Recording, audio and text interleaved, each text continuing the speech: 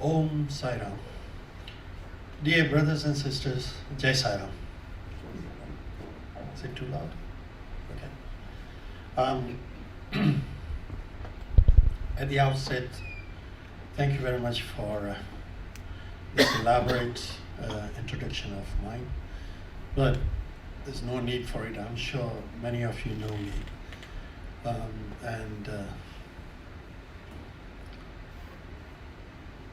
First of all, I'll try to dwell upon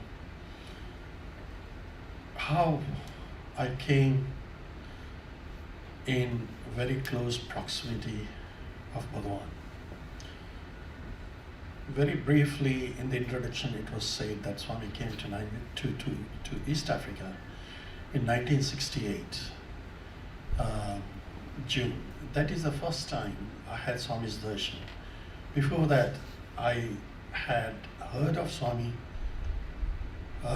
seen films of Swami, excuse me, and I'd been going to our very small Sai center that was there. In 1968, that was the first World Conference held in Bombay, in Dharmakshetra. First World Conference of the Sathya Sai organization. In there, different states of India and all the other countries of India, of the world, were supposed to present their own reports of the organization in their own countries or states. Almost everybody had very elaborate write-ups on that, and they were supposed to speak only for about 15-20 minutes or so, and many of them were trying to take longer than that, and at times Swami had to cut them down. When he came to East Africa, or rather Swami just called it as Africa, and Dr. C.G. Patel, who was made the designate president for East Africa, for Africa as such, he was asked to speak on the activities in Africa. At that time, there were hardly any centers. Centers means it was only a budget group like then. In Africa, on East Africa, we had few bhajan centers like that. So Dr. C.G. Patel got up, said Sai Ram and all the such things, and then he said, we have got few centers. The activities that we do is bhajans, that's all we know. There were no Balvikas at that time. And the other countries in Africa, they did not have anything else. And then all he said, Swami, we love you, and we would like you to come to East Africa, and we would be honored to host you there. Previous to this part, some time ago, Dr. C.G. Patel and Madhuben, who is Dr. C.G. Patel's wife, were, Swami had told them that one day I'll visit your home. Now, Swami always says things like this, but it never gives you a time factor. This is God. His time factor is very different from our human time factor. So anyway, at the end of all this big conference, at the time of summing up of the conference, Swami declared that in June, Swami will be going to East Africa. That was quite elating. And the time phase that was left with us was just about a month. Because 1968, end of May, this is when the conference completed, and we had only about a month to prepare. There was no house or anything like that, or apartment or anything like that for Swami prepared, nothing of the sort. So quickly, Dr. C.G. Patel and Madhuben came back home to Kampala and told us about this news. Next day or so, a building started coming up next to Dr. C.G. Patel's residence. He had a big land, and a special building was to be constructed for Swami and for Swami to reside in. And very quickly the building was erected. The gardens around Dr. C.G. Patel's home was always beautifully laid out, beautiful roses and all that sort of thing. Come June 30th, Swami came to Nairobi, reached Nairobi, and from Nairobi, that is Kenya, to Kampala, it's a distance of good 12 hours drive. So there was a small plane hired that was supposed to take Swami from Nairobi to Entebbe, which is very close to Kampala. And the Swami says, no, I'm not going by the plane. We are driving from Nairobi to Kampala. This is good 12 hours journey. And there were no tarmac roads. They were just moram roads, this is sort of mud roads. And so a lot of big pitfalls and things like that. So the convoy started with that. The Kenyan government immediately arranged for a motorcade, police motorcade, to take Swami right up to the Ugandan border. And the whole convoy started. Really long one. And on the route, there were a lot of devotees of Swami waiting for Swami. Now this announcement of Swami coming wasn't announced anywhere. It wasn't put in papers, nothing, no publicity whatsoever. Who were these devotees? They were Africans. Until then, we had never seen Africans mixing in the Sai centers or anywhere. How did these people come to know? God has got a way to inform these people on the road, and they were waiting for hours together. And many times Swami had to stop in the middle of the road and climb on top of the Mercedes car to give everybody good darshan. And the Africans were so elated. Mungu is here, Mungu in African is God is here. They saw Bhagwan and they felt this is a God who has come to give them blessings. And that continued for quite a while, right up to the borders of Uganda. I'm cutting quite a bit of stories to reach that. From the borders of Uganda, there was the Ugandan police escorting Bhagwan right up to Kampala, to Dr. C.G. Patel's house. And obviously the motorcade came right up to the doorstep. That was 30th of June, 11:55 in the night, 5 minutes to midnight. Swami quickly came out of the car, walked straight into the house, and within about 2 minutes, he came out of the house, looked at Dr. C.G. Patel and Madhuben. I kept my promise. I told you I'll come in June. So he came.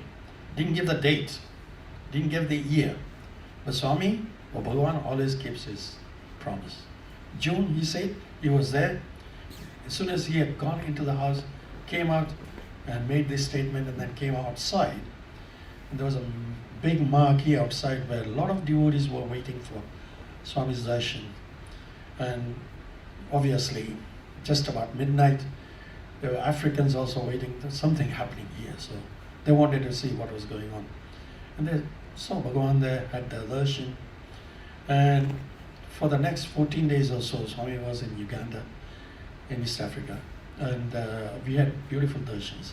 One of the instances that I would like to quote there was that what used to happen is that most of the devotees there are Indians. They used to come, go straight into the marquee, sit down, and Africans used to come, but they were never going and sitting inside the marquee, even though places were made for them to sit. But they felt that it's not for them, so they stayed outside. One day Swami came outside to give darshan in the morning, and then he looked at the bhajan group who was sitting there and said, look, and he said, why don't you call these Africans also? They are your brethren as well. You see this, there were series of bulbs, different color bulbs, electricity passing through that. So different colors of that, green, red, whatever. And Swami said, look, you've got different colors there. Only one current goes through that. Different colors, God is that current, and you are all different color bulbs. And that's why even Africans also should be sitting with you. And then he forced these people to come and sit inside.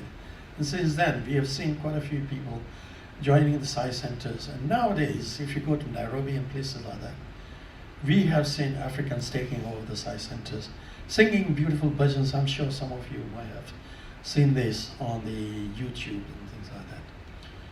But one instance the first instance, sorry, that is directly related to me was those days I was still going to do my GCSE. So I'd stopped going to the school, and I wanted to concentrate on just serving Swami for that 14 days. And I was staying in Dr. C.J. Patel's house for those 14 days, not going back home.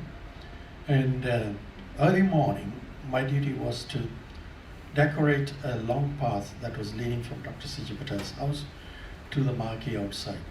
And this path was such that it was passing through a lot of rose bushes. And these roses were beautiful, large bushes. Swami loves flowers and all that sort of thing. So one early morning at about 3:30, 4 o'clock in the morning, I was decorating this path, and what was to be decorated, how it is to be decorated was all left to me. We were very few of us, so it was left to me. And I used to pick up different themes. This day, I thought the theme will be, Bhagavan teaches about the 5 world religions. So you got the Om as a symbol, then you got cross for the Jesus Christ, etc. So I started doing that with the flowers on the floor. And suddenly, as my head was bent on the floor, trying to do this thing, suddenly I felt a kick on my backside. I thought, who can be? It may be my just feeling like that. Turned around, Swami is standing behind me. What are you doing? So this is my first direct contact with Bhagavan. I immediately got up. What do you say? This is early morning. Sai Ram to Swami? Sai Ram, yeah. He's Sai Ram himself. So I just kept quiet and shut up, and I just stood with folded hands. And then Swami was admiring this beautiful flower, pretending to admire these flowers. At the same time trying to talk to me. And says, so what are you doing? So I said, Swami, I'm doing these patterns. And, okay, what are you studying? So I said, Swami, I'm studying this thing. And then what are you going to do after the GCSE? I says, after that I'm going to London, Swami. I'll secure a place in London. I'll be studying in London. Oh, okay. Then, all of a sudden, he took 365 degrees turn and then faced me. He says, I give you admission. Come and join my college. Now, dear brothers and sisters, here is this person, still not believing that this is God himself in front of me, asking me to come and join his college. When, as for my information, I knew there was no college, there was no plan for a college. So how come this person is telling me to come and join his college? So yeah, okay. After that little conversation, Swami went back inside and went back straight to his room. As though Swami had come directly from his room. Nobody inside the house came to know about it, except Dr. C.J. Patel then figured out that Swami had come downstairs. So he came running outside, and then when Swami went back into his room, that's it. That was the end of the conversation, and I continued finishing. No, just before that I did, Swami said, so, these symbols that you're putting on the floor, what's going to happen to that? I said, Swami, I'm laying it for you. And I'm expecting that you will walk over this and go outside and give darshan to devotees there. He says, no. I'll walk on the thorny part, the roses that I'm saying on the side. I'll walk on that, thorns, and then go outside. Now, who would want Swami getting hurt by the thorns? So I said, no, Swami, you're not doing that.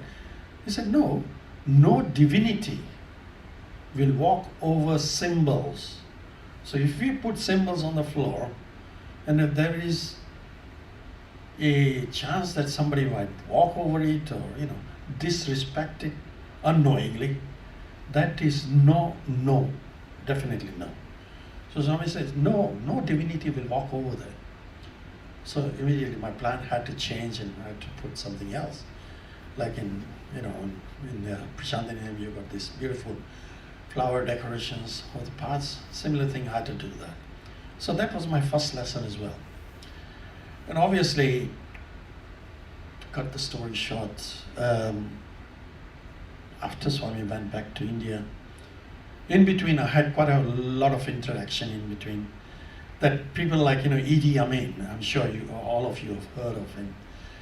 If you have not heard, your parents would have definitely heard, and those parents who come to UK during 1972 Exodus would know about Idi Amin. And because of Idi Amin, Asians were supposed to vacate the country within 90 days, and they left. Basically refugees with not much money. What they were given was 50 shillings, which is 2.5 pounds at that time. What can you buy with 2.5 pounds? But anyway, Swami was there to protect them. And that time, myself and my younger brother Kiran, both of us were in India, in Prashanthi, and we had heard of this. So we were a bit concerned that our parents were there in East Africa and what was going to happen, because we were not getting any news from them. And suddenly, this evening, Swami was in the mandir, and he walked out of where he was sitting in the mandir and came straight to us and looked at us and said, "Don't worry, I'll take care of everything. I'll protect your parents." And then straight away he went back. So we looked at each other, and everybody around us were looking at each other, thinking, what was Swami's meaning of saying that? Because we didn't exactly understand what he was saying. Later on, he again came back and says, "I'll take care of your parents." What was happening in Uganda at that time was that my parents were given permit to leave Uganda at that time. With difficulty, they were going from Kampala to Entebbe to take the flights to London. On the way, the army people, the police people were harassing these people who were trying to leave the country. And anything that they had, probably, they want to grab. They wanted to take you away from them. Even molest some of the people and that sort of thing. So at one of the checkposts, my parents were stopped. My father was pulled aside, and they thought this is the end of my father, probably, because that is how it was ending up. And suddenly this African guy came in from the back somewhere. He said, "Come with me, Mr. Patel." And he said, "Follow me." And he took him straight to the airport, took them on the plane, over to the plane, and says, "Right, you're safe in there, go." In Prashanthi, at the same time, Swami was narrating to us. I'm holding them.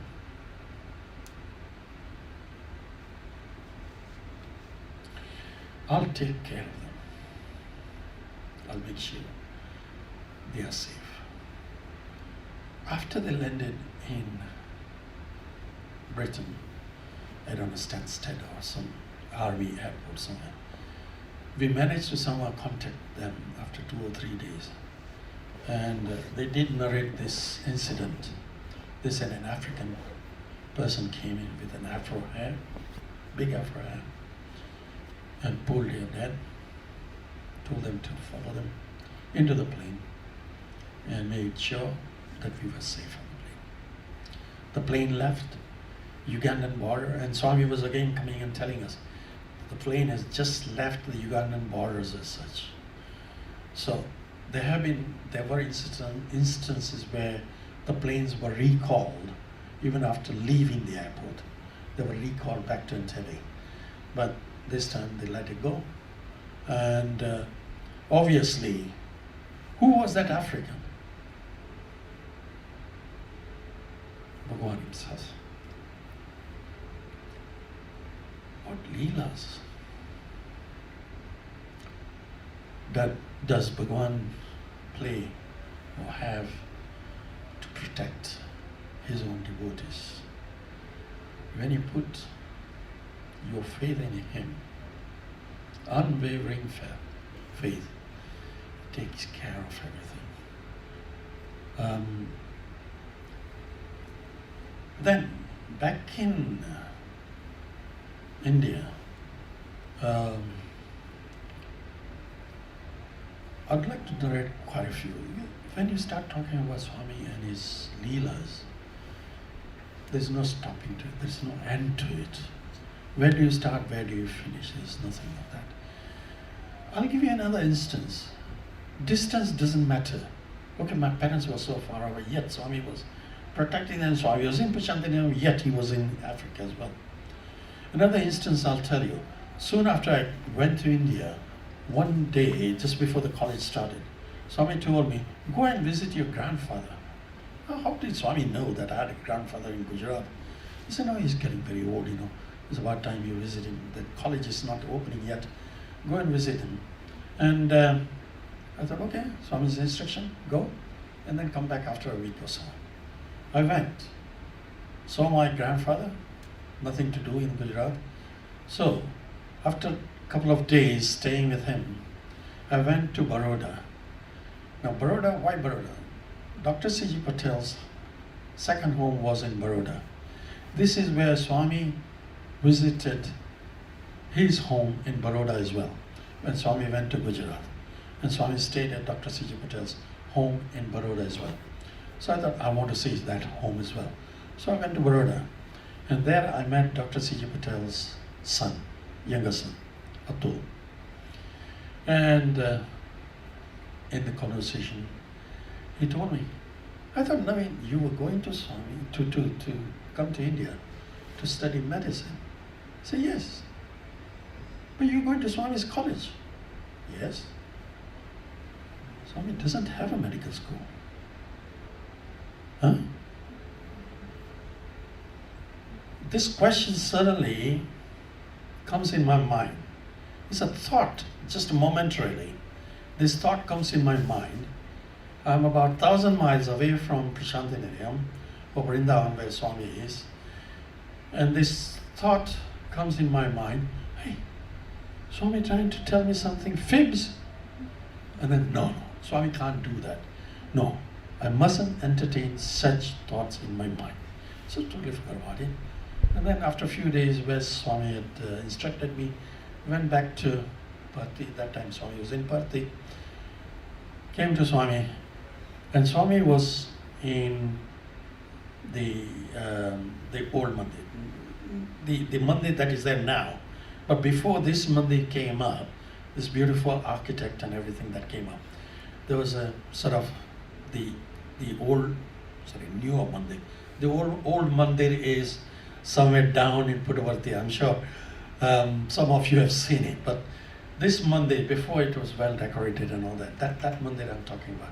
So Swami was upstairs in his room, and Sri Kasturiji told me, right, Swami wants to see you. So I thought, okay, we are to be taken to the interview room. He came with us to the interview room, and as we enter the interview room boy tells me, Swami is waiting for you upstairs. So that meant they pointed us to go up the stairs to Swami's bedroom. Those people, very few people who are lucky, may have seen Swami's bedroom, or at least the staircase. The staircase is such that, even in India you would have noticed that the staircase spiral staircases. And the staircases are such that they are not even steps. You know, some is slightly higher, some is slightly lower, so they're uneven stairs. I was so eager to see Swami. I was right in front, rushing to go up that spiral staircase.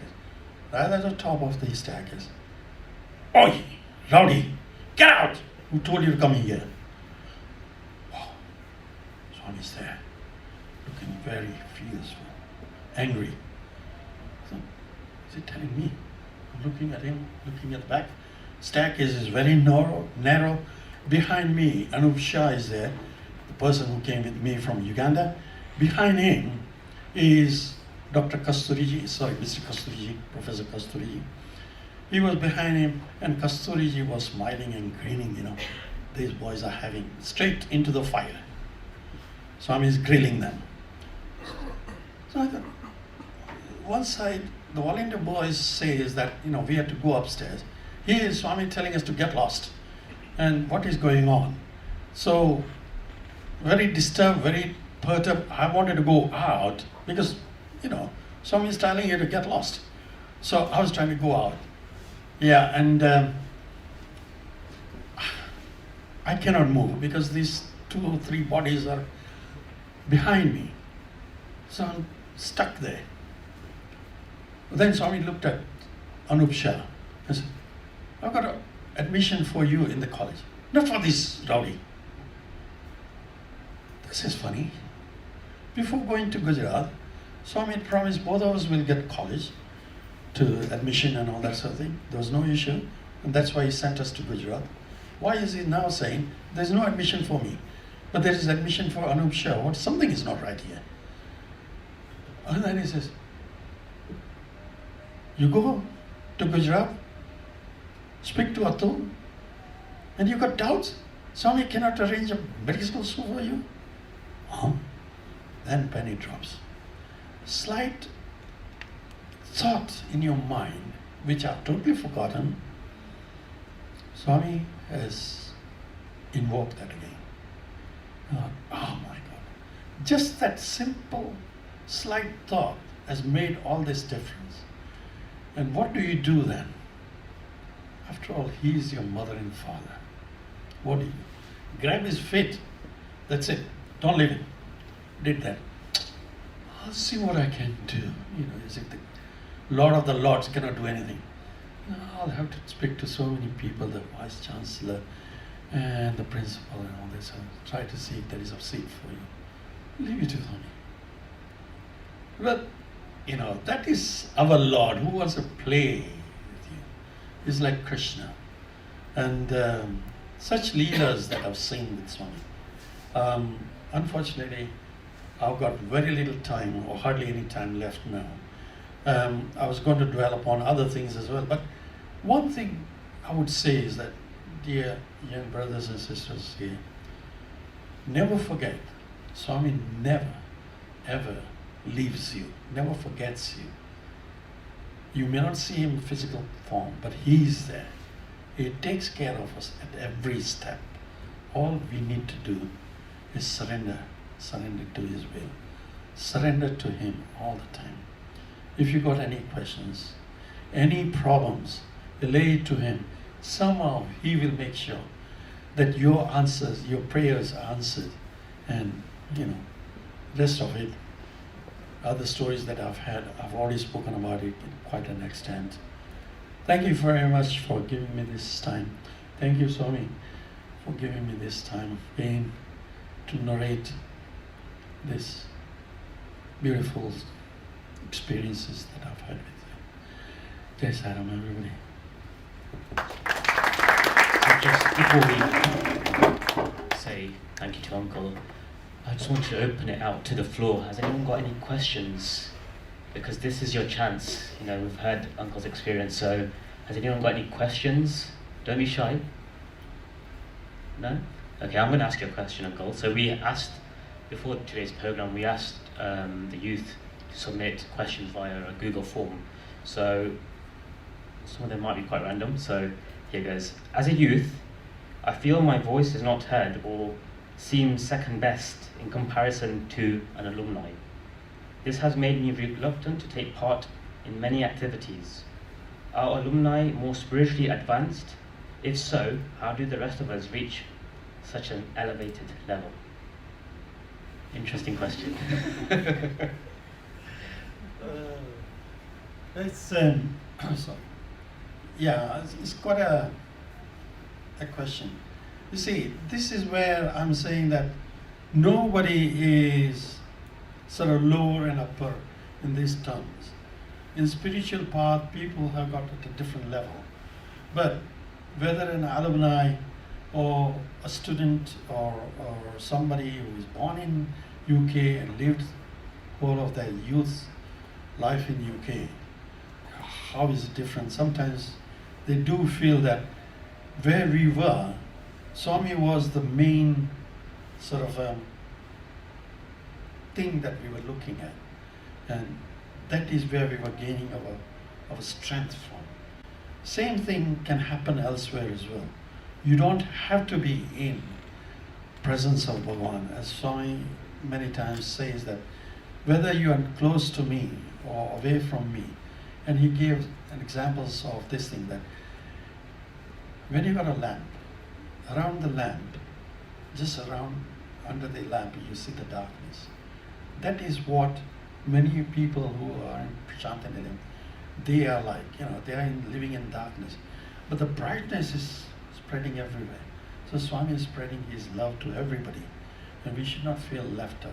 Even though we feel that distance is that is the reason why I specifically chose to speak all those two experiences that I've had, where distance doesn't matter as long as you pray to Swami.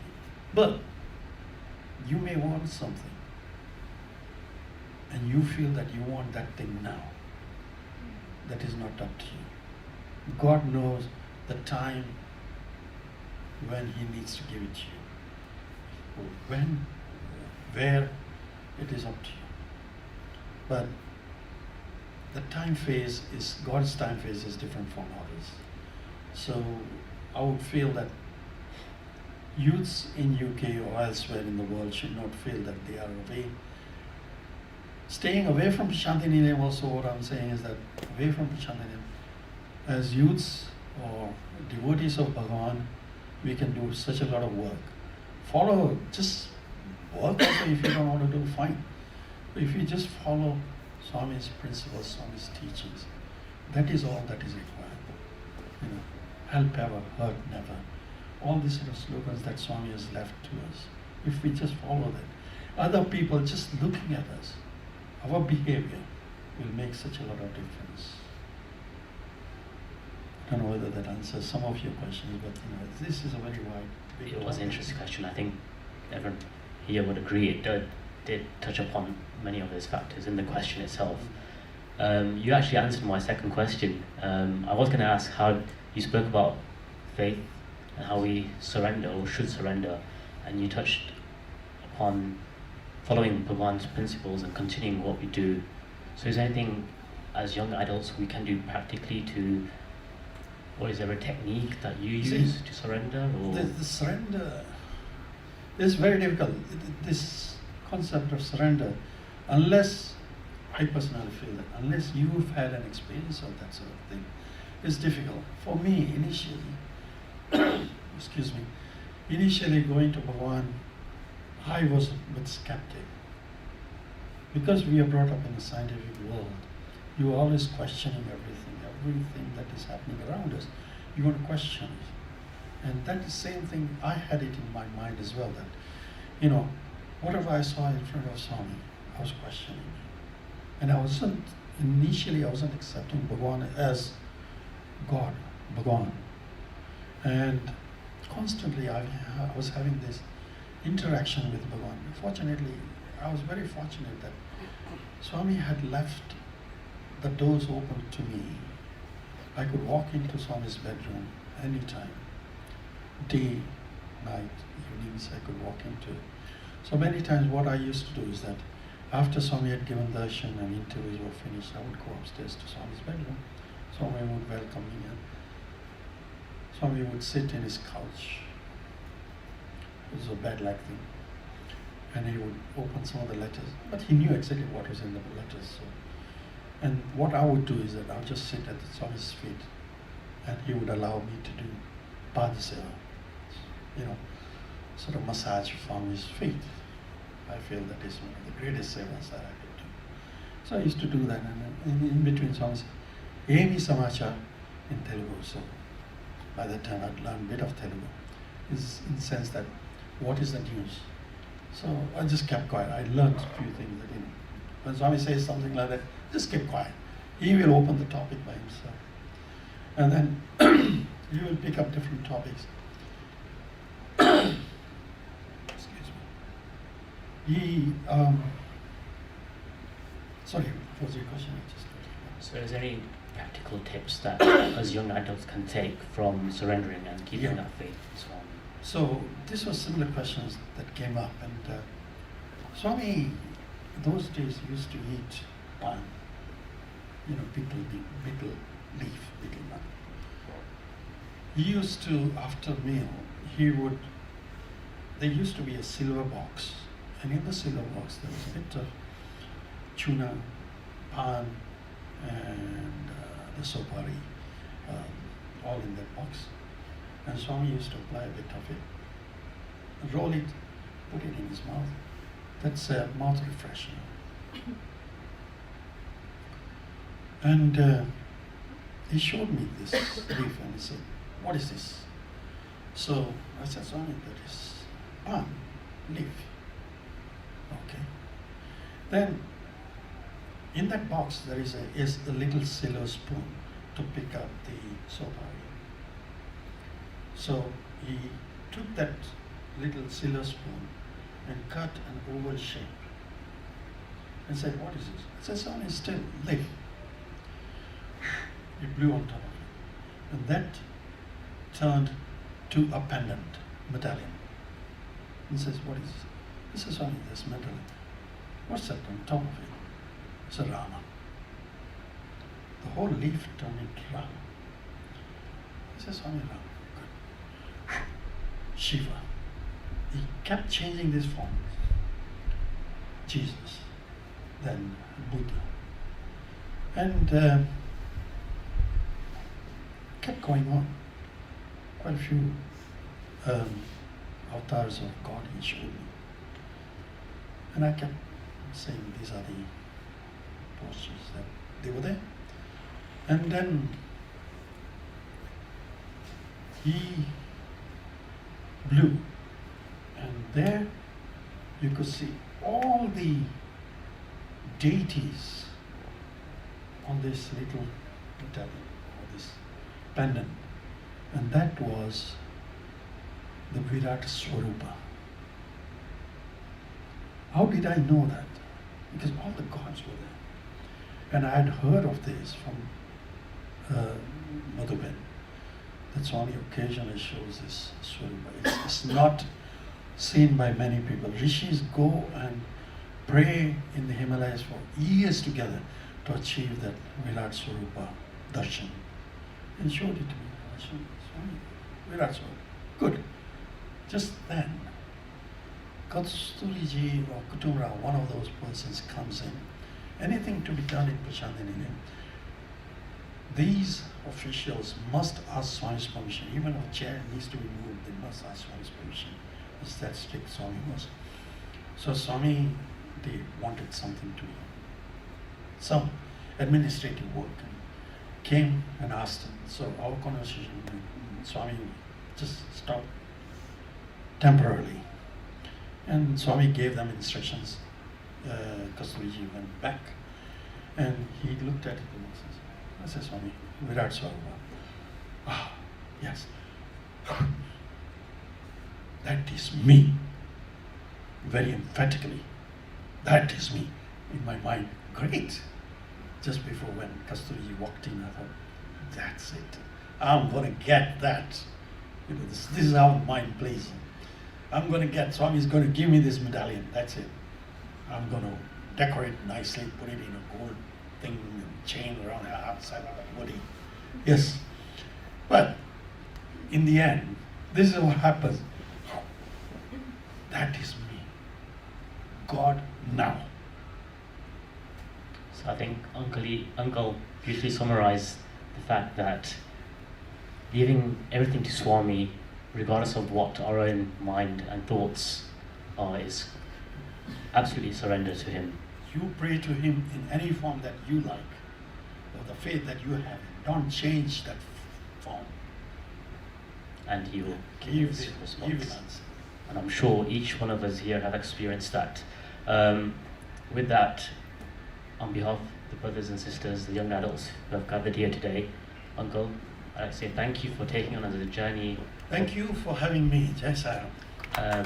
Through Bhagwan's early years when we were not actually born. So it's fantastic to have you here, taking your time out, being with us. And I'd like to invite Ritesh to give you a small token of our appreciation. There's no need for that sort of thing, in Swami organization, such things is not really required. It's just a small token, Uncle. Thank you. Please accept it. Jai Sai Ram.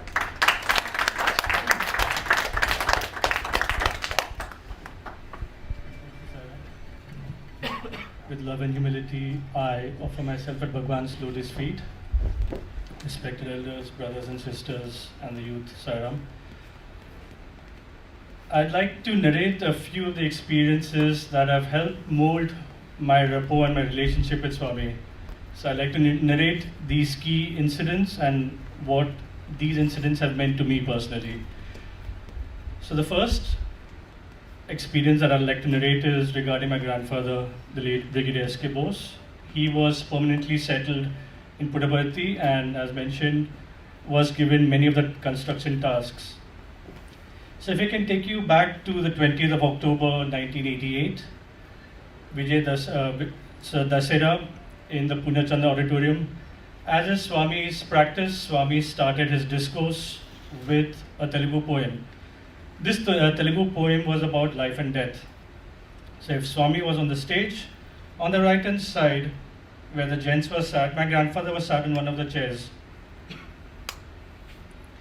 During the poem itself, my grandfather collapsed and fell off the chair. Swami stopped his discourse and two doctors rushed over to my grandfather's side. These doctors then indicated to Swami saying that my grandfather had passed away. Going by the description of people who were sat over there, Swami appeared to glide down the steps from the stage, and as he was coming down, he seemed to clasp something in his hand. The other thing that Swami was doing was, Swami kept ushering in this fashion, he was gesticulating in this fashion into the auditorium. So my grandfather said that he could see everything, but he couldn't hear anything. And although no one could see why Swami was doing this, he noticed that there was a big eagle inside Purnachandra Auditorium. So anyways, Swami was doing that. He had something in his palm. He came over to my grandfather's side, hit him on the back of his neck and said, "Bose, get up." So my grandfather then got up. And then Swami has on many occasions confirmed that he had actually passed away and Swami had brought him back to life. So at this stage, he just knew that it's a golden eagle. And the following, so this was October, the following Jan 89. So there's a sports, every year we used to have a sports meet. And before the sports meet that year, there's a mascot. The mascot was Garuda. So when he saw Garuda, that's when he realized that what he had actually seen was Garuda. And so Garuda had, guessing, come to take his soul, and Swami said, "No, go away, not your time." So this was a very poignant experience. I mean, this is my personal rapport with Swami. It was very poignant in the sense that it very clearly showed me and demonstrated to me that if Swami can control life and death, there is literally nothing that Swami cannot do. So that means that really he is really omnipotent, omniscient and omnipresent. I mean, he is all powerful. The next incident, which is very dear to me, again in my rapport with Swami, is that my father is an architect by profession, and the year is 1991. Swami had already announced that the super specialty hospital would be inaugurated, and the Prime Minister was coming to inaugurate the specialty hospital. Isaac Tigret and his group had started the work. Around May time, Swami asked the entire team, go back, I'll put my own people to look after this project. We happened to be in Brindavan at that stage, and my father was telling me that he saw a lot of commotion. And so he asked, I think, General Madhavan, saying, what's happening? And General Madhavan just said that, Swami is sending these people away, and he's going to put his own team over there. And this thought just crossed my father's mind, saying, it would be so beautiful if I could get an opportunity to serve Swami. So to cut a long story short, Swami then sent word for my grandfather, and he told my grandfather to call my father from, after that my father went to Pune, the rest of us were still in Vrindavan. Swami told my grandfather to send word for my father. So then my grandfather, father, and two more people were put in charge of the super specialty construction in May 1991. Another very small but very significant incident that took place was, before Swami confirmed this with my grandfather, Swami sent word for my mother. And then Swami asked my mother, saying that I would like to ask your husband to participate in this project. Would that be okay with you? Can you imagine? This is what Swami asked. So my mother obviously said, Swami, whatever you will. But the point I would like to make is that Swami, when he took this form, he also took on a lot of human aspects, and a lot of them were done in such a way that we can learn from them. So I always remind myself that this is Swami's humility, that being the all-powerful, omnipotent, omniscient one, he still asked my mother that, is it okay? I would like your permission before I give this responsibility, opportunity to your husband. So this humility of Swami is something I always try and remind myself that if Swami does it, we should follow that. During another interview around the same time, he called my father when he called our family. He called my father inside inside the inner interview room separately, my mother, and I was about 13, and I thought Swami's not going to call me, I'm just a kid. Swami called me, took me inside, he just asked me what's my name, which school, and which class. Again, the lesson I learned from this was that Swami gives attention to everyone. For Swami, it did not matter who was elderly, who was a kid. Should you give importance to everyone? Again, this is a lesson that I think Swami was trying to impart, was that treat everyone with respect. Treat everyone, and this is something we can try and imbibe in our lives. Treat everyone with respect. Anyway, going back to the specialty project, every morning Swami, or most mornings Swami would inquire about the progress of the hospital. Again, in my father's words, he thought that, okay, this is a beautiful opportunity. And the important thing, again, is that he had this thought. And quite often I've seen that a lot of people say that they had this really strong urge to serve Swami, and then Swami responds to it. So again, I think that's quite important, that we should have this strong yearning, Swami, give me an opportunity, or let me serve you. Anyway, coming back to this story, one morning Swami appeared to be quite stern, and he said, I'd like to talk to you all about the project. The slight background was that this was the first project that Larsen & Toubro, which is a large construction company in India, was undertaking with Swami. Their whole aim was to maximize profits, whereas Swami's team, or this team of engineers, was to obviously get things done on time and minimize costs. So they were constantly loggerheads. And at the back of their minds, they thought that things are going to slip, and it's almost impossible to get things done on time. So that was the background. So Swami appeared to be sternly saying to them, I'd like to speak to you all.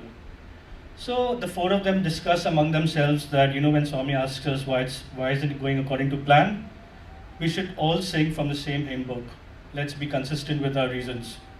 But what happened was, when Swami took them inside the interview room, Swami was completely loving. He was like a loving mother.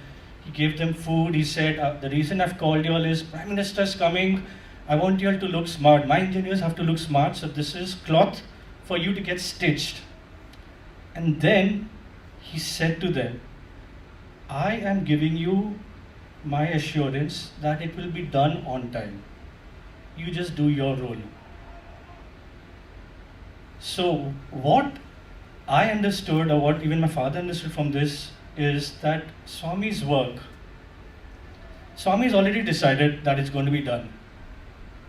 We are mere instruments. In other words, we are dispensable, really. It doesn't matter who the XYZ are. If you take out one person, if Swami has already decided it's going to be done and it's going to be completed on time, we are the mere instruments. And so the corollary to this is, why have ego? If we're doing Swami's task, if we've been entrusted with something, we should take it as an opportunity that Swami's given us this opportunity, and not steer away from that thinking, wow, Swami's given me the opportunity, that means I'm special. I mean, it's happened to all of us. But this is something, again, I think that Swami was trying to drive home, that take it as an opportunity to enjoy it and be my instrument so that I can work through you to achieve this task. Again, sticking with this theme about working or Swami's work. So the thought may arise that what is Swami's work, and is it only Swami's work that Swami takes care of? So again, Sai Krishna Reddy, he was my 2-year senior. I spoke to him last week just to confirm all the facts. So he told me to narrate that he was from a very humble background. When he became a student, he was eternally grateful. He said, Swami, I don't know whether I deserve this. I'm just going to make the best use of this opportunity. He used to, we were aware that he was a very service-orientated person. In the sense, he would get up at 2 o'clock or 3 o'clock to bake bread for the students during sports meet. He was in charge of the queues, student queues that go to for darshan. So that meant that he had the opportunity of sitting right in the front, but he always was content sitting at the back. He used to, because quite often there was a water shortage problem, he was saying he used to fill buckets of water the previous night so that when students get up in the morning and have to go through the ablutions and other activities, there is no scarcity of water. And all of this, and he said to mention that a lot of times other students also commented that, are you doing this to please the warden? So there were a lot of, not very many, but there were a few snide comments too. But he was very clear in his head that he was doing all this just for Swami. And the reason I called him and asked him was because I was witness to the second part of the story, which was in Vrindavan. This was in his fifth year that he was there. He used to always sit at the back. We all know he was a fantastic person. Swami, one day, this was towards the end of his time over there, or his Vrindavan stay over there. Swami asked a question about he was narrating a story and asked who's the king, and he got up and answered. And Swami said, correct. So the warden then took the opportunity to tell Swami that, oh Swami, he does a lot of seva and a lot of work. And Swami cut him short. Swami said, I know everything. And then Swami said, I will take this boy to Kodaikanal. So taking someone to Kodaikanal was almost like the epitome of being a student. We had so many numerous experiences and access to Swami. And this very clearly demonstrated to me that he was doing almost routine tasks, but with one objective, that I'm just doing it for Swami. I really do not worry whether anyone else appreciates me or not. He was doing it just for Swami. Again, sticking with this theme, but a slightly more mundane example.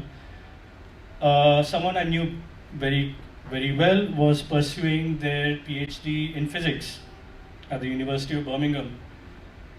And this person was really struggling with the research and kept praying to Swami off and on that, Swami, please help me. One day, Swami came in this person's dream and said, "Where is my chair?"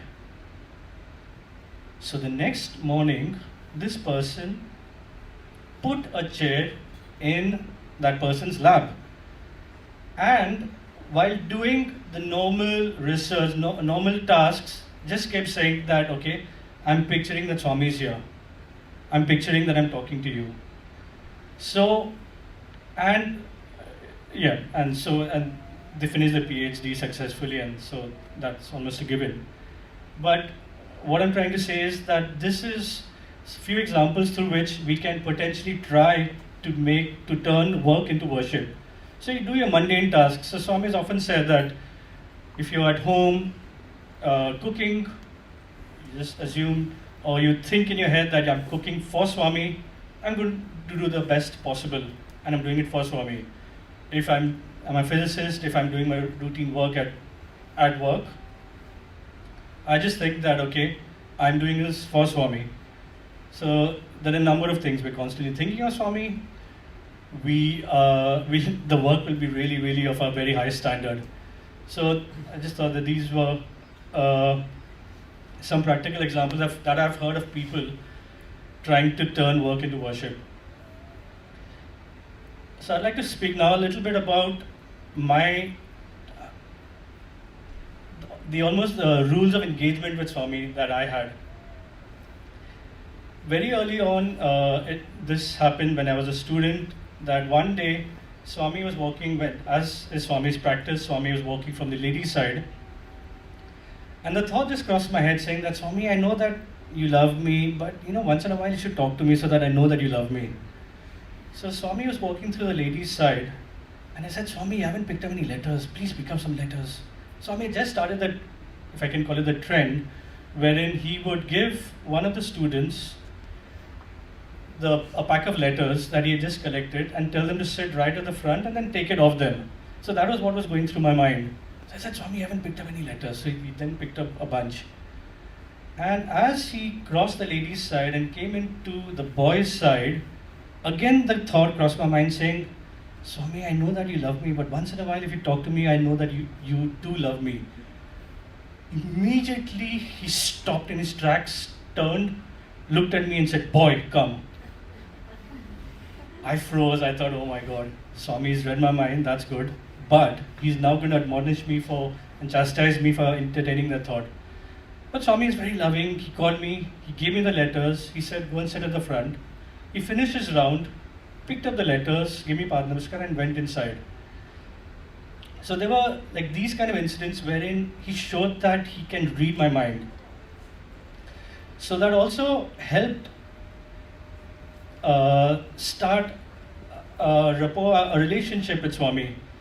So for some people, it was Swami should talk to them regularly. For some people, it was eye contact. For some people, it was like telepathy. For some people, it was dreams.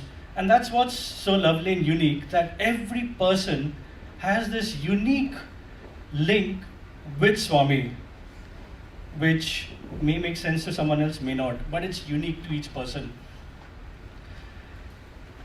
And so this very clearly showed me that he can read my mind. The other thing that I used to always do was, I used to write a lot of letters to Swami. Swami always encouraged us to write letters, and Swami said, when you write a letter, you're crystallizing your thought process, and then you're able to concretize your request to me. So I used to always write a lot of letters to Swami, and this may be quite relevant to the youth. So as a youngster, I always struggle a lot with self-confidence. I used to always think that, Swami, give me an opportunity to serve you. I'm not a singer, I'm not a musician. I want to serve you. But I used to write a lot of letters to Swami saying, Swami, help me build my confidence and help me serve you. There's one picture of Swami with, so this I think, sorry, is that another? Yes.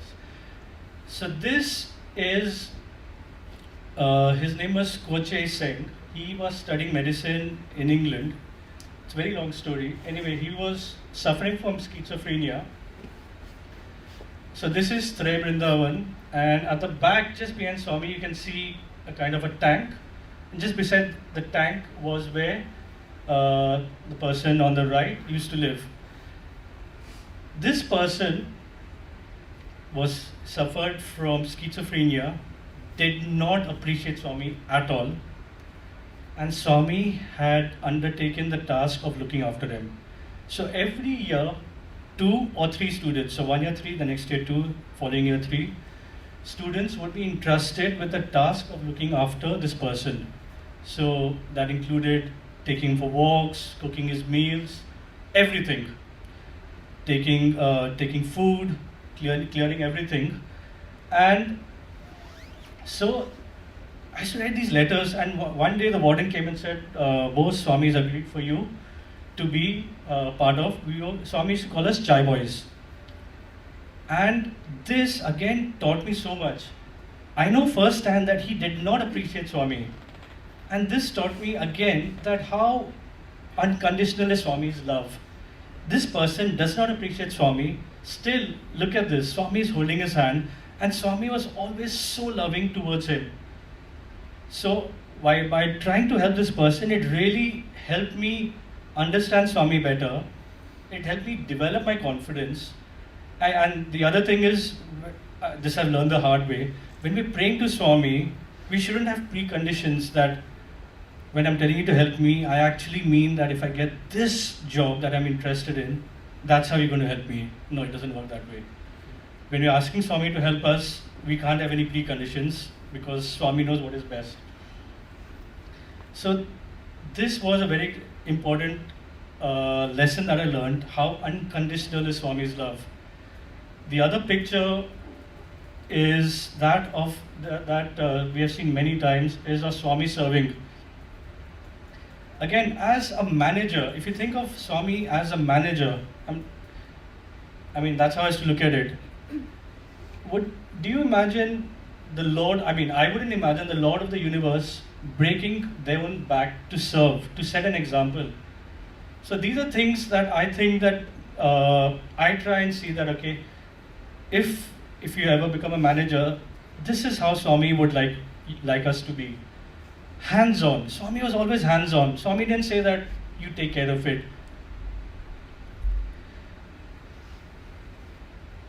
A few examples that I would like to narrate. One was during my masters. So I was given the opportunity of participating in Swami's birthday drama. And I'd never done acting before.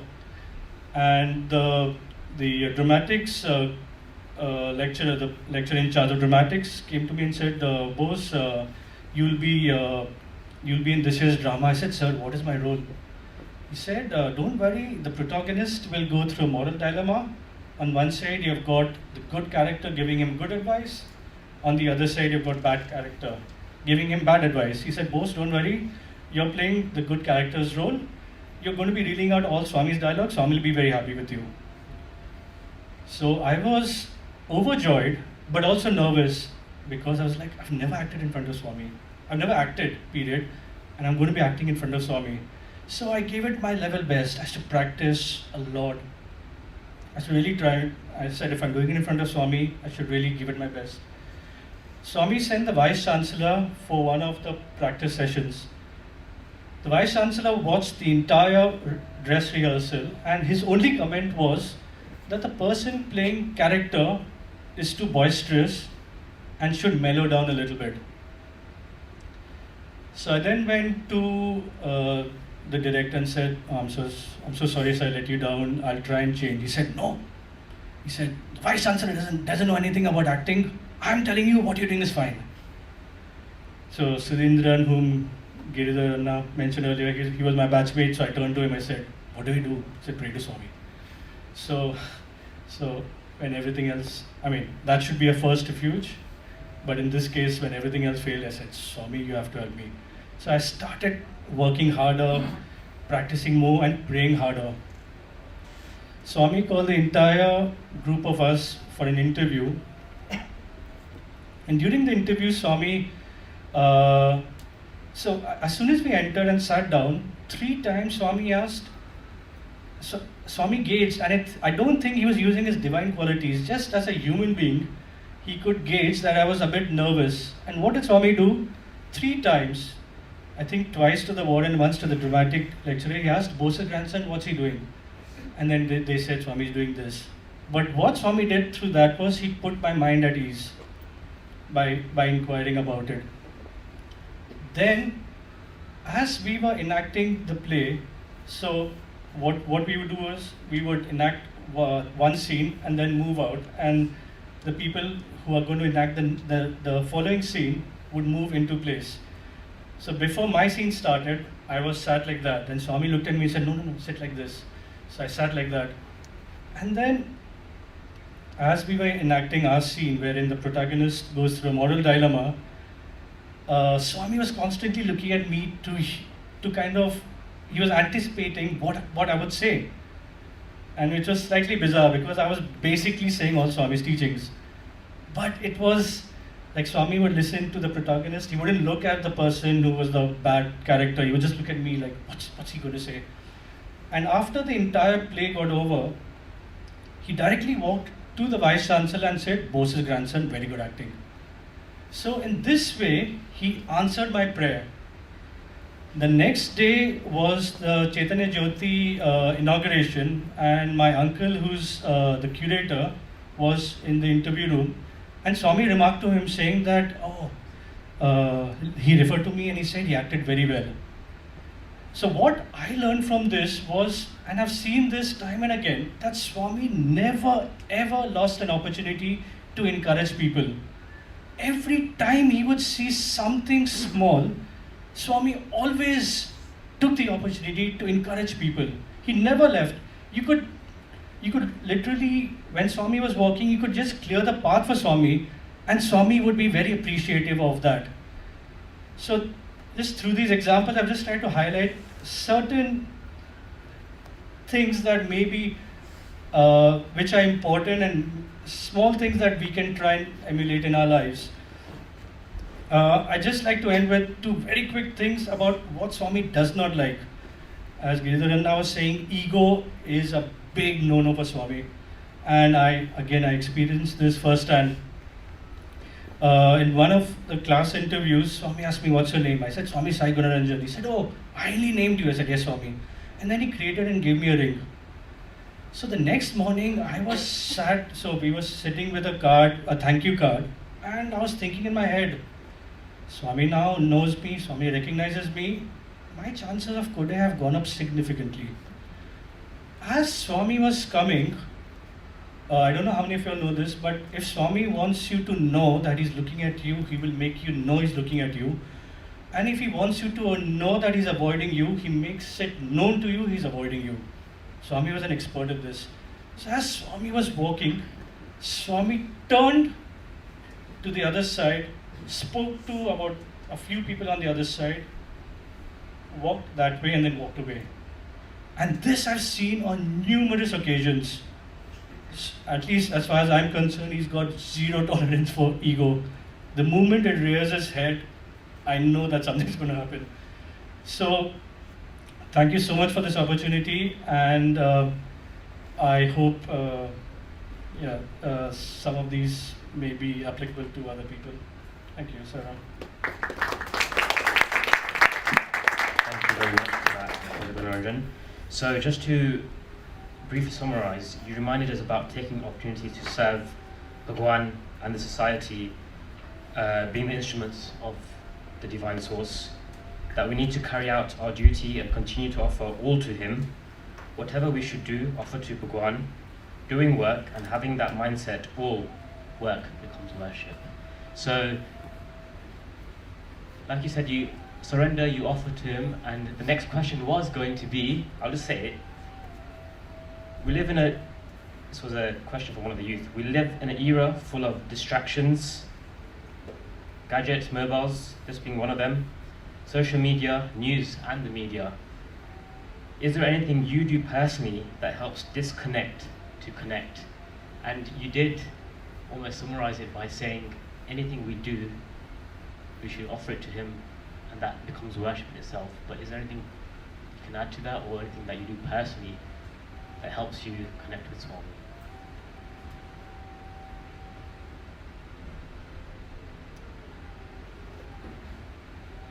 But is the question that you disconnect from everything and connect?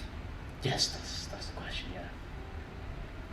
Or should we turn it the other way around and say we are connected, but how do we tune in to that connection? Is there anything that you do personally or can give us advice?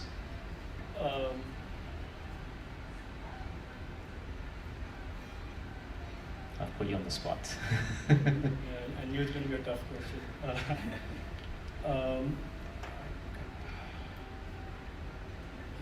Can we use phone a friend? Absolutely. Giridharan. He's dialing. I don't know if I know the answer to this, but the way as I said earlier, is that constant integrated awareness. Just keep reminding yourself that Swami is with you. And my experience, frankly, has been that every time I feel that I'm doing something I should not, or I'm kind of crossing some boundary. As I said, Swami is a very generous and democratic God. He will give you a lot of latitude, but he also makes you become aware when you are crossing the boundaries. He will let you realize that you're crossing the boundaries. But we have to put our effort. You can't say that I'll keep carrying on the way I am, I'll keep doing whatever I want to do. Now, Swami, it's your responsibility. If you want me to become good, then you put the hard work. That doesn't work. But initially it may happen that way, but then he will make you realize that he will make you want and pray to him and say, please Swami, please help me, I am unable to help myself. You'll get to that point at some, if you don't take the precautions. So I guess we'll have to keep reminding ourselves. Otherwise, frankly, I'm not the expert in this. Swami is the expert, and he has to answer this question for us.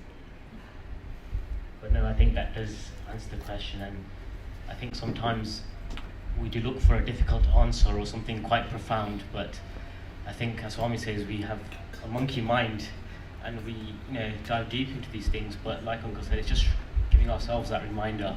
And I think it was Navin Uncle who at the start did say, and Girdhar Uncle and brother yourself has just said, from what I gather is add a bit of sai to your life.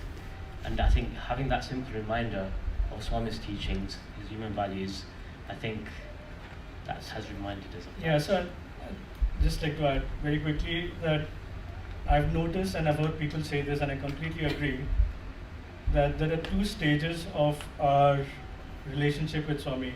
When we enter into Sai's sphere, and then when Sai enters into our sphere or our life. So the first is when you attend bhajans, and then you go away and you forget about it. And the second stage is when it permeates into your life, into every aspect of your life. So I guess all of us are at different stages of stage 1 or stage 2, and we need to, all of us are working towards mastering and improving on stage 2, I suppose. So we must all continue doing our duty. So thank you, Brother Gunaranjan, for sharing your experience. I offer my very humble and loving pranams at the divine lotus feet of our beloved Bhagwan. And as we start, I'm reminded of these lines from the Purusha Suktam, which I'm sure all of you know. Sahasrasirsha Purushaha Sahasraksha Sahasrapat Sabhumim Vishwato Vritva Atyatishta Dashangulam.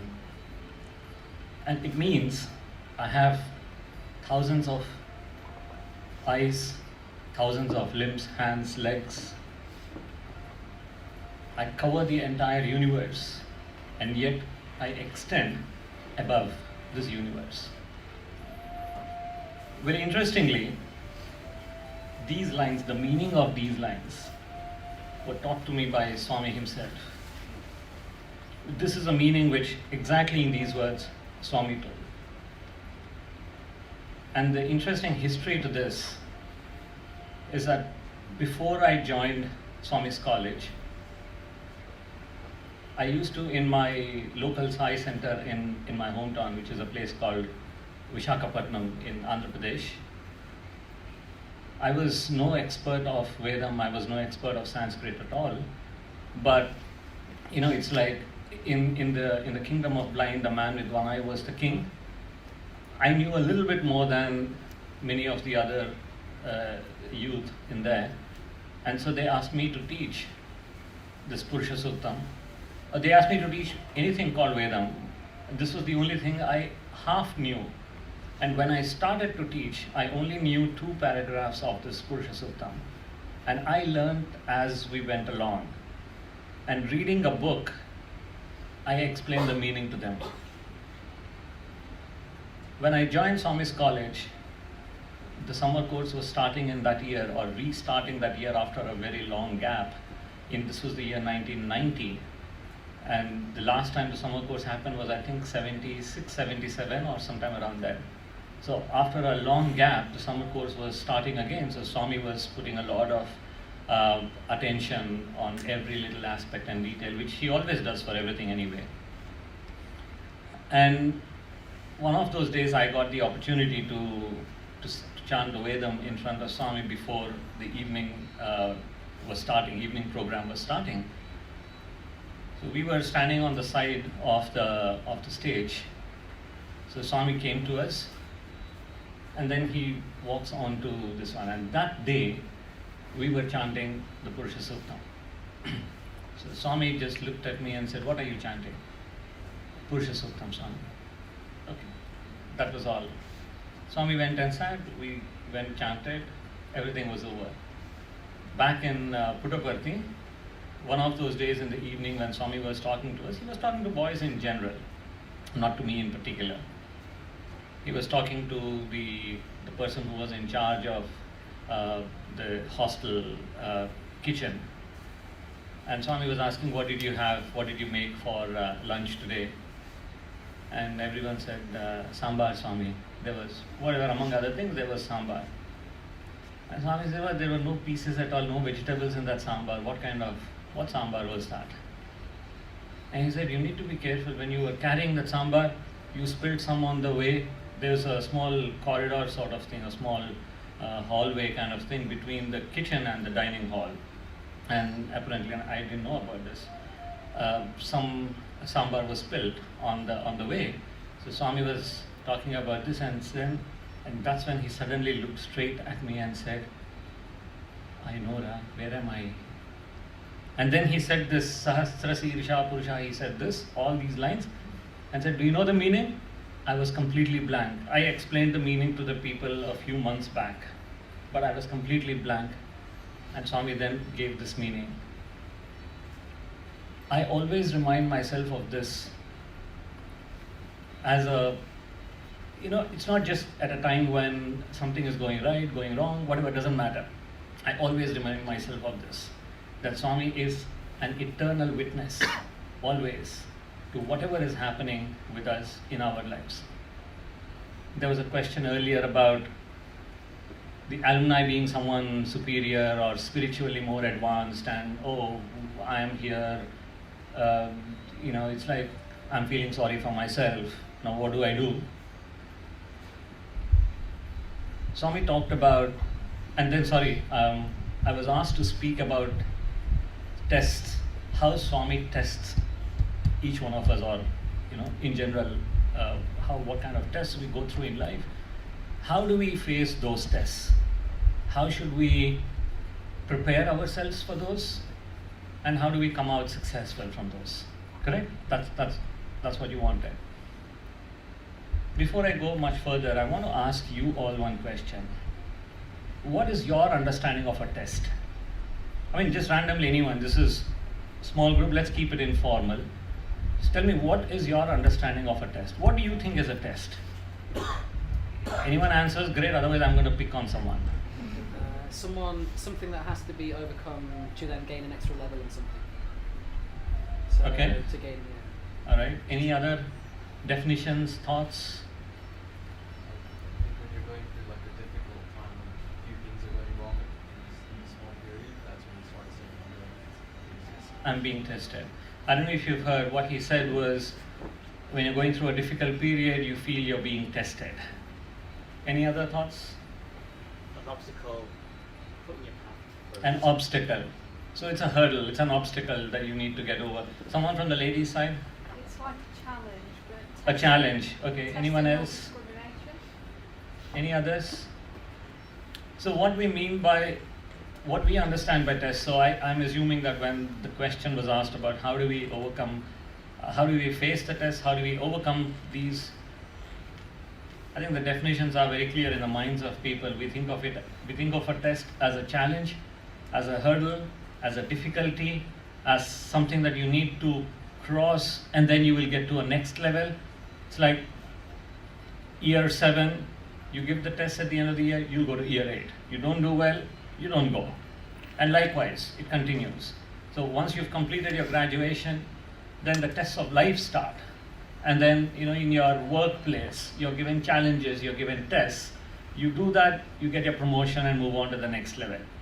How many of you have ever thought, when everything is going right, and when everything is going very well for you, you're like super successful, anything you touch is like gold, do you think of that as a test? Have you ever thought of that as a test? Do you realize that that is a bigger test? When everything is going bad, it's easy to remember God, it's easy to work harder, everything else. What is the biggest hurdle and obstacle and challenge that we face in our lives? It's our mind, right? What happens when you are successful? When you are successful, everything is going right, you will become either overconfident or you will become egoistic. I can do anything, But when everything is going wrong, or when things are going wrong, that's when we become very humble. That's when we become very devoted. How many people have you seen who are rich and successful, and if they are humble, you will say, wow, he's so humble. And someone sweeping the streets, if that person is humble, do you take notice? Do you say, wow, he or she is so humble? No. We assume that someone who is not doing well has to be humble. Someone who is rich and successful can be anything. That is our biggest test. That ego factor is the biggest test. And that's what, when Naveen Bhai was talking about that medical admission or whatever, that's ego. When you feel I am low, the question which was asked about alumni being superior and I am inferior, so how do I get there? Swami has said this. When you think of yourself as being low, that's ego too. When you think of yourself as being superior, that is also ego. Both forms are bad. When you surrender, when you say and think that Swami is operating through me, then there's no question of either being low or high. That is the important lesson. We've been through a number of phases, and Swami has always talked about a test being his taste. Swami says test is taste. Why does he say that? He's obviously not a sadist. He doesn't enjoy and relish when we are going through difficulties. Right?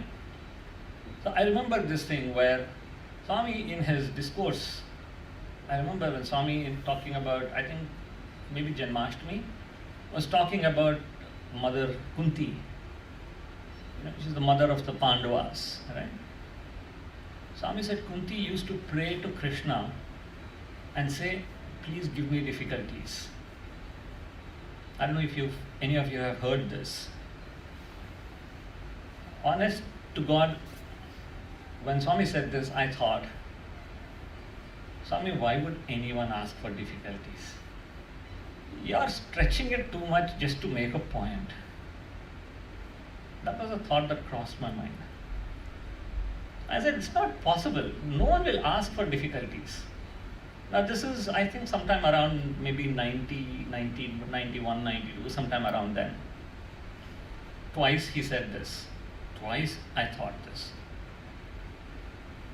In, I think, around 99 or 2000, I can't remember, I happened to go to Puttaparthi for one of the trips, and I met one of the students, this boy called Sudhindra, who did the role of Krishna in one of the dramas. And that was, I think, fresh happening whichever year that happened, it was fresh, just happening then. And he was sharing one of those, his experience during that drama preparation time. He was acting as Krishna, and Pandavas go through 1 year of incognito, right? After the, I think, 12 years, and then the 13th year, they're supposed to be incognito. If anyone recognizes them, then they have to repeat that. That's the whole condition. So before the start of that, Yudhishthira goes to Krishna and says, Krishna, all these years, whenever we had any difficulty, we would come running to you, and you would give us a solution to that problem. And now in this incognito year, we cannot come to you, because if we come to you, people will recognize us. So can you give us some mantra that we will be able to chant, which will give us the strength to overcome any difficulties, any hurdles? So apparently Krishna then takes out one of those pins from his hair and writes on a leaf in Sanskrit and gives it to Yudhishthira. In English translated, it means, this too shall pass. This too, T-O-O, shall pass. So if you're going through a difficult phase, tell yourself, this too shall pass. If you're going through a super successful phase, again tell yourself, this too shall pass. That's the simple message. And when you tell yourself that, it's very difficult to feel either very high, very kicked about a situation, or very depressed about a situation. So this is what he told me, and left it at that. I think it was 2001 probably, right? 2001 or 2. Do you remember which year that would be? The drama, Sudhindran's drama. He was 1 year Rama, 1 year he was Krishna. The Krishna time. I think 2000 and 2001. I think. So let's say 2001. And then in 2004, I had this, what should I say, I had a desire to do something on my own, be an entrepreneur. And in August 2004, Swami, there was a group from Leicester that went to Swami, and Swami gave an interview to the ladies in which Swami spoke to my wife, and he asked what is he doing, and she said, Swami, he's thinking of doing something on his own. And Swami said, yeah, it'll be good, tell him to do it. So I was like, very good. So for 6 months before that, I was debating, writing a lot of pros and cons and analysis of should I not, and all of these. And in like 1 second, Swami sorted that and said, tell him to do it. And Swami also said, I know he's thinking of doing it along with 2 other people. It'll be good, go ahead, and all that. So we started off. Obviously, when you start something new, you don't generate revenues, you don't get money immediately, right? So we were going through that phase when we had to seriously economize on the money part. And because of that, we didn't have a crunch of money as such, but we were trying to be as economical as possible with everything. And so I was not making any trips to Puttaparthi to see Swami. So almost a year later, it's about maybe a little less than a year after, one day Swami comes in my dream and says, are you feeling bad that you're not able to come and see me often? I said, yes, Swami. And then shortly after, the money started flowing, the business was started picking up and everything else. But during that 1 year phase, when we were going through that, what I would call a testing phase, what all of us think of as a testing phase, what I just said to you about everything going well is a test is something that I realized much, much later. At that time, for me, just as for all of you, test means a difficulty. And those days, I always remembered these two things. So Kunti asking for difficulties and Krishna saying, "This too shall pass." They were my two mantras all the time. And I can tell you from my personal experience, the level of, let's call that surrender, or the level of devotion that I experienced towards Swami, the amount of thinking about Swami that I used to do during that phase was much higher and better than during the good phase, what we would call the good phase. And that's when I really understood the meaning of what Swami said around when Kunti asked for difficulties. I said, now I can completely relate to and understand why she asked for that. There was another situation that Swami once talked about. And he actually said this: if I give you a challenge, you will not think that he has given you the challenge. When we encounter and face a situation in life, whatever be that situation, whether it's in our workplace or at home or college, any which ways, whether it's a physical challenge, a mental challenge, a spiritual challenge, any form, when Swami gives us a challenge, know that he has already equipped you to face that challenge. Know that he has already prepared you to overcome that challenge. It's just that we don't know what our strength is. We do not know that we have it in us. It's like they say Hanuman did not know his strength, but taking the name of Lord Rama, he was able to cross that ocean. I mean, is it possible for a quote unquote someone called a monkey to cross an ocean? Sure, we know that Hanuman is some avatar or something of Lord Shiva. Keep all of that aside, but the fact is, for someone to be able to take the name of the Lord with the devotion and then be able to do something like that, that is the power. But he had it in him, he was equipped already. And that is the message, that is the beauty. So if ever any situation that you come across and face, know that Swami has already prepared you for that. You just have to be willing to allow him to operate. I remember this line from Ajit Poparankel: allow God to operate and you cooperate. Because if you try to operate, God may not cooperate. And that is, in simple words, what we give a big name and we call that surrender. Allow him to do things. And there are so many instances. Now, how do you get to this point? It's not easy. Someone asked about surrender. It's not easy. Let's start by having faith. Have faith that he is God. Do we realize when Naveen Bhai talked about that, all those different gods, and he swallowed and said, I am that Virat Swarupa. How many times Swami has told us? I mean, I have been a direct witness when Swami has said, and after that very same thing, after that instance where he looked straight in my eyes and said, where he explained that meaning, he looked straight in my eyes, piercing, and he said, I am walking, talking among you, but don't think I am like you. Can you imagine the kind of impact it will have when God looks at, I'm being very honest, this is within like 2 months after I joined the college.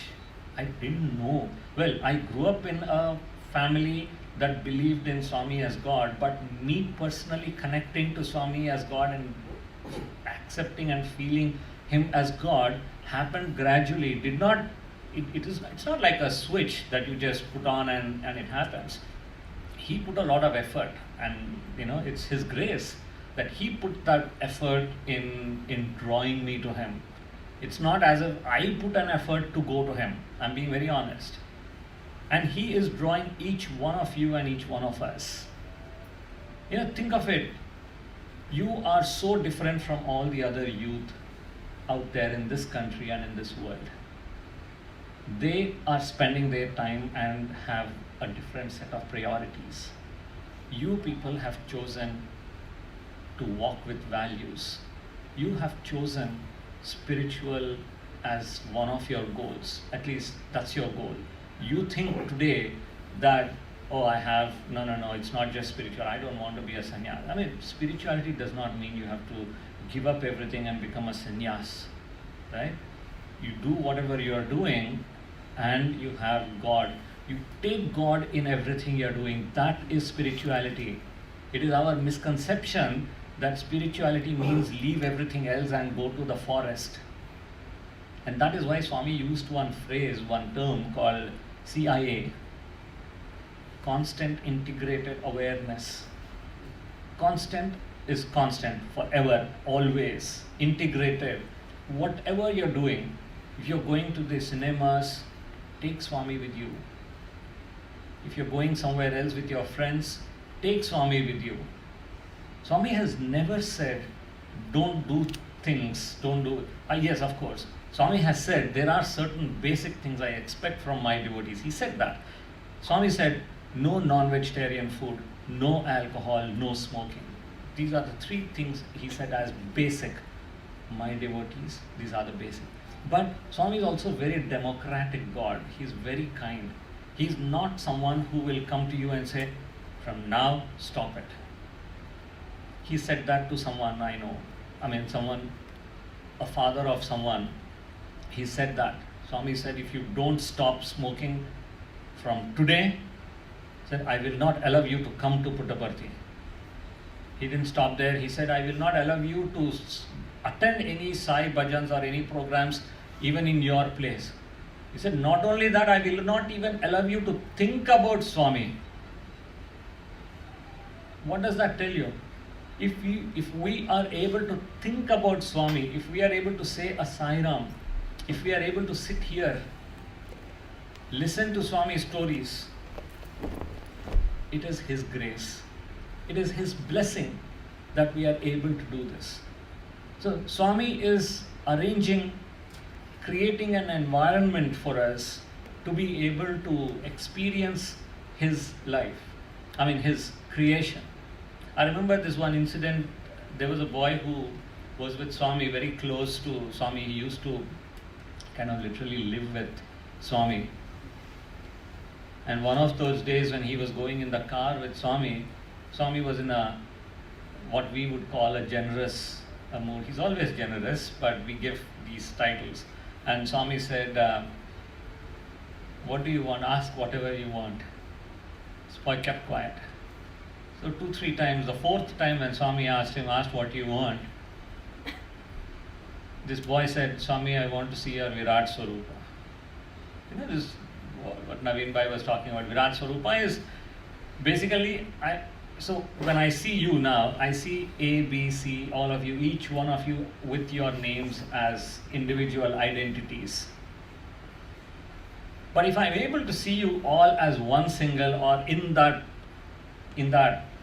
God, as part of that one God, I will feel very elevated. That's the idea. So this boy said, I want to see the Virat Swarupa. And then Swami gave one disappointed expression and said, Chi, Dunnapoza, every day you're seeing all of my creation and you want to see the Virat Swarupa. What does that tell you again? Every little thing in this creation, in this world, is here because Swami has placed it here. It is not there by accident. If everything is there by purpose, by His design, why do we get agitated by something? Why does that become a hurdle? Why does that become a challenge for us to overcome? What does the river do when there is a stone, a rock on its path? It doesn't uproot. It doesn't bother trying to uproot that stone or rock at all. It just works around it. Nature is teaching us a simple message. It's easy to say in a talk, far more difficult to actually do it. But that is where the surrender or the, whatever we offer ourselves to Swami and do. Now, these things are not easy at all. I'm not saying I'm not trying to trivialize anything. None of these things are difficult. The ability to face a test, the ability to overcome and cross over those hurdles, nothing is easy. But the point is, nothing is difficult either. And we have to believe that. And these tests don't just come once in 6 months for us. These tests come every single day. When you're stuck in a traffic and you want to get to some place, that is a test. When you wake up 10 minutes later than you have to, that is a test. Every single day, through the day, we have a lot of tests. Our mind presents and keeps throwing tests and challenges at us. How do we face those? One simple thing that Swami has taught me, when I always remind myself on, as I'm wherever I am at any time, I offer everything to Swami, or I offer that to Swami. I had that good fortune of touching Swami's lotus feet, those soft, beautiful lotus feet, are literally lotus feet. They are so nice.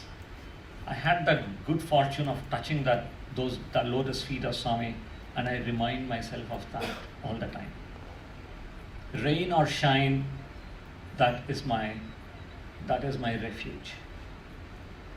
Let's make that our refuge. Let us make that our one single thing. Don't do any other sadhana, it doesn't matter. Just keep holding on in your mind. Keep holding on to his feet. You see that feet, whichever picture of Swami's feet you like, think of it, memorize it, hold on to that. That's my simple mantra. Whatever works for each one of you, do that. But thank you very much for once again giving me this opportunity to relive some of those moments. I was telling my wife, I have no idea. I had not prepared to say this. It is Swami who will always work through us, speak through us, sing through us, whatever it is, right? Whatever activity we are doing, a seva or anything at all, let us allow him to do that through us. And that will be the way we will sanctify our lives. Thank you. Jai Sai Ram. So, Uncle summarized quite simply but profoundly how we should accept tests, regardless of being in a good or bad place. The mantra being quite simple, that too shall pass. Uncle, I've got a question if you don't. Almost, I ran out of questions because the way you explained it. No, it's fine. So, you explained how we should be grateful for being different to the other youth outside in Bhagwan's guidance, his grace. So what have you learnt within the organization, Bhagwan's teachings, which has helped you in your career or in the outside world? So what have you carried with you in your spiritual journey, in your personal experience, that you'd like to share with us and which we can take out inside to the outside world? As I said, I think the most important thing has been that the awareness, and awareness is a big word again, but the trying to remember is probably a more human word. Just trying to remember that Swami is with us. Again, I don't want to get into too much of what experience thing, but there was one thing that Swami once told me, which was, okay, let me take a minute and explain the background to this one. One of those evenings when we were sitting for darshan, Swami came and asked a question. I was sitting in the third row among the boys, and there were a lot of the school students, and I was the university college student. There were a lot of school students around. Swami came and asked a question. "Are you a speaker?" I wasn't sure if Swami, he kind of looked at me but not looked at me, and he was, Swami does this a little play sort of thing. So I wasn't sure if he was asking me, so I kept quiet. These were all fairly young boys. Young is like maybe year 8 students. So they didn't think that they were being asked a question, so instantly they looked back at me, and I wasn't sure what to say. And at that instant, just before the bhajans, we have this flute that used to play for 15 minutes. So the flute started playing, and Swami happened to be standing right underneath the speaker, the sound box. And Swami immediately had a nice smile on his face and said, "Where is the sound coming from?" So these schoolboys immediately said, "Swami, from the speaker." And this time Swami looked straight at me, no ambiguity. And he said, "You see, the sound comes from the speaker. The source is inside." If you think about it, for me, that is a very, very powerful message, which tells me that whether you are in the organization, you're in the Satya Sai organization, or in your workplace or anywhere else, if you keep remembering that sentence of Swami, and you remember that he is the one who is in you and working through you, speaking through you, working through you, then I think that is the only spiritual, whatever, sadhana, or the best way in which you can work anything out. Thank you, Uncle, Does for that. that answer your question? Absolutely, it does. Is there anyone on the floor that would like to ask Uncle a question before we move on? No? So I'd just like to, again, thank Uncle for his time, for travelling up to Leicester.